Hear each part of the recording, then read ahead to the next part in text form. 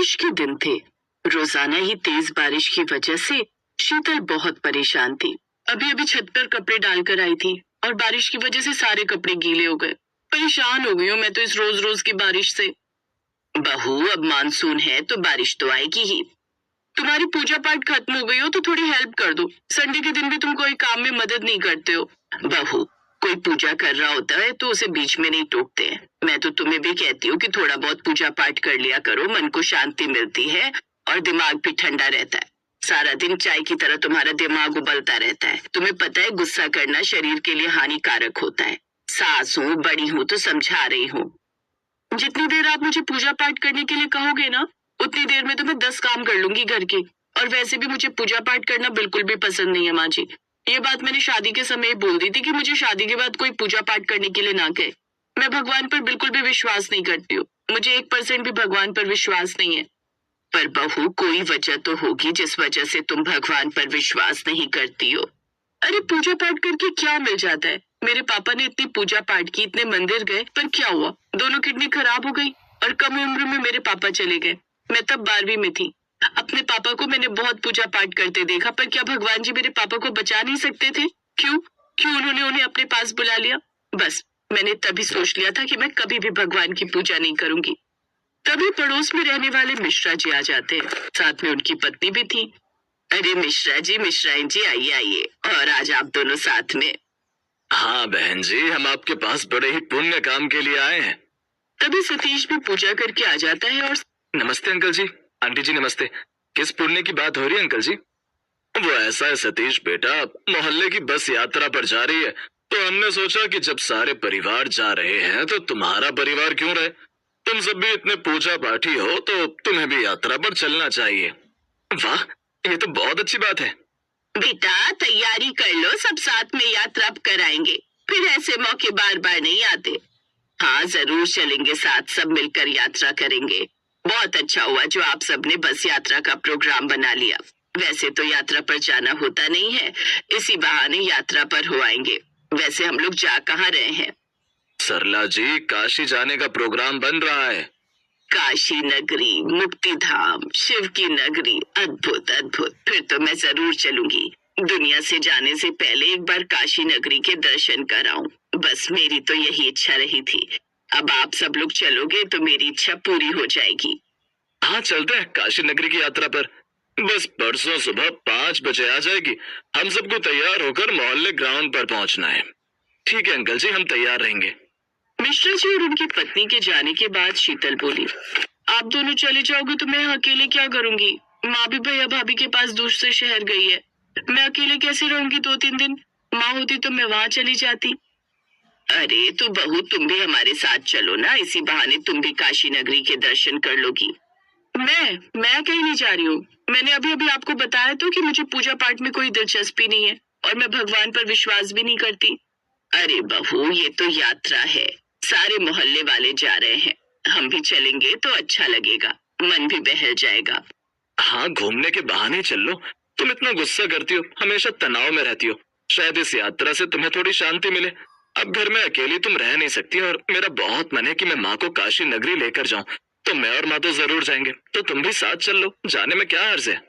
ठीक है, अगर आप दोनों ने जाने का प्लान बना ही लिया है तो मैं चल लूंगी। अकेले घर में नहीं रुक सकती मैं। यात्रा पर जाने का समय आया। सब लोग तैयारी करके बस में बैठ गए और फिर बस यात्रा शुरू हो गई। सभी परिवार बहुत खुश थे। सब आपस में एक दूसरे के साथ हंसी मजाक बातें कर रहे थे, क्योंकि काफी समय बाद सब लोग एक साथ घूमने के लिए निकले थे। लो जी, बारिश शुरू हो गई। कल रात से ही बादल बने हुए थे, ये तो अच्छी बात है कि हम लोग घर से निकल गए।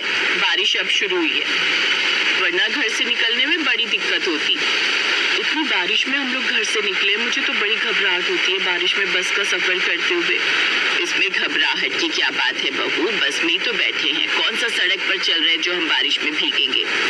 हाँ और क्या, हम तो आराम से बस में बैठे हैं। जैसे जैसे बस अपने रास्ते पर बढ़ रही थी, बारिश तेज होती जा रही थी। सब लोग भगवान के भजन गा रहे थे। सतीश बारिश और उसकी माँ भी सभी यात्रियों के साथ भजन कीर्तन करने लगे। जोर जोर से भगवान शिव के भजन गा रहे थे। अब ये सब शीतल को अजीब लगने लगा। इतना शोर मचा रखा है, मैं आप दोनों के साथ तो आगे पर एक सेकंड के लिए भी चैन से नहीं बैठी। कैसी बातें करती हो बहू, ये शोर नहीं है, ये तो भगवान के भजन की धुन है। मीठे मीठे भजन गाकर तो प्रसन्नता होनी चाहिए। तुम परेशान हो रही हो बहू, इतना ज्यादा भी नास्तिक होना ठीक नहीं। मुझे तो कोई फर्क नहीं पड़ता कि मैं नास्तिक हूँ, सबकी अपनी अपनी सोच होती है। सही कह रही हो बहू, सबकी अपनी अपनी सोच होती है। अब तुम नहीं मानती तो तुम्हें ये सब भजन कीर्तन शोर लग रहा है, और हम भगवान को मानते हैं, और हमें तो ये सब भजन कीर्तन मिश्री के समान लग रहे हैं, जिसकी मिठास हमारे पूरे रोम रोम में घुल जाती है। बारिश और भी मूसलाधार हो गई। बस धीरे धीरे आगे बढ़ रही थी। अचानक बस में एक जोरदार झटका लगा और वो रुक गई। क्या हुआ भाई, बस क्यों रुक गई? लगता है टायर पंक्चर हो गया है। पर बारिश इतनी तेज है कि टायर बदलना मुश्किल हो जाएगा, और मुझे नहीं लगता कि ये बारिश अभी रुकेगी। अब तो हमें बारिश रुकने का इंतजार करना होगा। ड्राइवर की बात सुनकर सबकी चिंता और बढ़ गई। कुछ लोग अपनी सीट से उठकर खिड़की से बाहर झांकने लगे। तेज हवा और मूसलाधार बारिश के कारण कुछ भी दिखाई नहीं दे रहा था। मैंने कहा था ना, इतनी तेज बारिश में निकलना ठीक नहीं है। अब देखो, बस भी बीच रास्ते में खराब हो गई। अब क्या होगा? शांत हो जाओ शीतल।